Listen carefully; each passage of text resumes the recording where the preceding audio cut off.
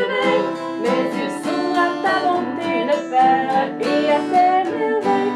C'est un jour qui commence dans la joie et l'abandon. Espérons tout de ta grâce, j'aimerai tout simplement.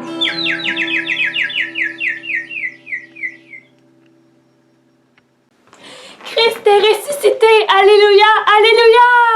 Il est vraiment ressuscité! Alléluia! Alléluia! Ce matin, très tôt, nous nous sommes rendus au tombeau avec nos aromates. Puis vous savez pas quoi? La pierre était roulée à côté! Alors Puis là, sur la pierre... mais là, on s'est mis à avoir peur. Je comprends. Puis là, on a vu des anges, 2, qui nous ont dit, n'ayez pas peur. Une chance qu'ils nous ont dit ça. Puis après, ils nous ont dit, entrez, regardez, voyez, il n'y a rien dans le tombeau. Puis là, dans le tombeau, on a vu les linges bien placés. Mais Jésus n'était pas là. On s'est dit, Il faut aller dire aux frères. mais qu'est-ce qui s'est passé? Il faut dire aux frères qui sont en France, qui sont en Amérique du Sud. Il faut dire aux frères de partout. Mais là, savez-vous quoi? C'est pas tout. On a rencontré Jésus lui-même. Puis il était vivant. On l'a rencontré sur notre chemin, puis vous savez pas quoi? On est toujours après dire, on sait pas quoi, mais ils savent pas. On a rencontré Jésus, puis on y a embrassé les pieds. Puis là, il nous a dit, allez vers mes frères, je vous précède en Galilée. Oui, il est vraiment ressuscité. Il est vraiment ressuscité, puis il est en Alléluia. Galilée. Wouhou! Joyeuse Pâques, Christ est ressuscité comme on vient de le chanter. Et je voulais juste vous partager une partie du message de notre Saint-Père le Pape qui nous a donné pendant la veillée pascale.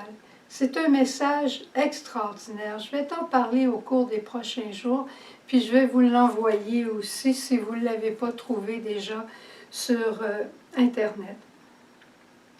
Il rappelle que les femmes sont allées au tombeau, il reprend l'Évangile, puis là, il fait un éloge merveilleux de la femme en disant, dans des situations difficiles, dans des situations paralysantes, les femmes ne se laissent pas paralyser.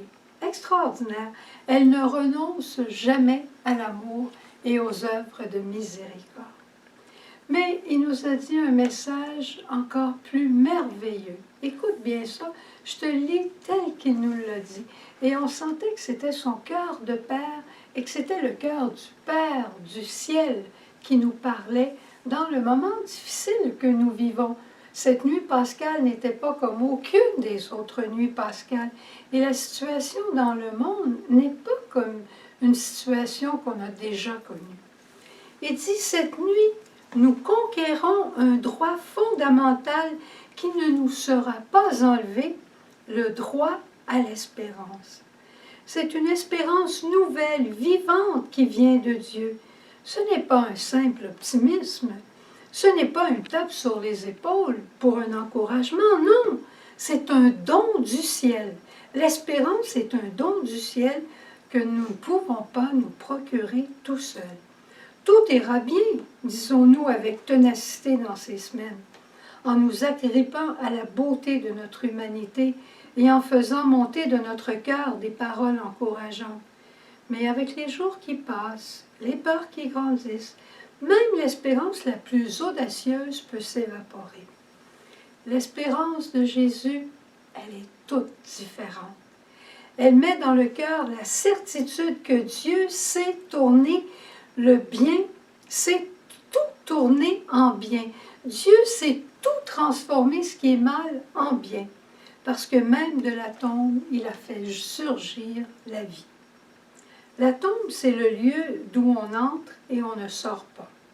Mais Jésus est sorti pour nous, il est ressuscité.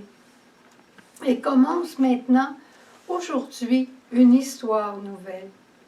Là où on a mis une pierre dessus. Lui, il a renversé le rocher à l'entrée de la tombe pour déplacer les rochers qui scellent notre cœur. Il y a peut-être encore des petites pierres devant ton tombeau en te permettant pas d'espérer. Et cette espérance, tu sais d'où elle vient? Elle vient de Dieu. C'est un cadeau qu'on reçoit de Dieu. Ce n'est pas quelque chose qu'on se donne soi-même. Il s'agit simplement de s'ouvrir à la résurrection du Christ et à lui dire, je veux espérer de cette espérance théologale qui me fait espérer en toi et en toi seul. Pourquoi? Parce que Christ est ressuscité et il dira, Sœur Jeanne un jour a eu une parole qui disait, j'ai besoin de toi pour mon Église. Jésus nous a dit, va en Galilée, va vers tes frères. Mais c'est la même chose.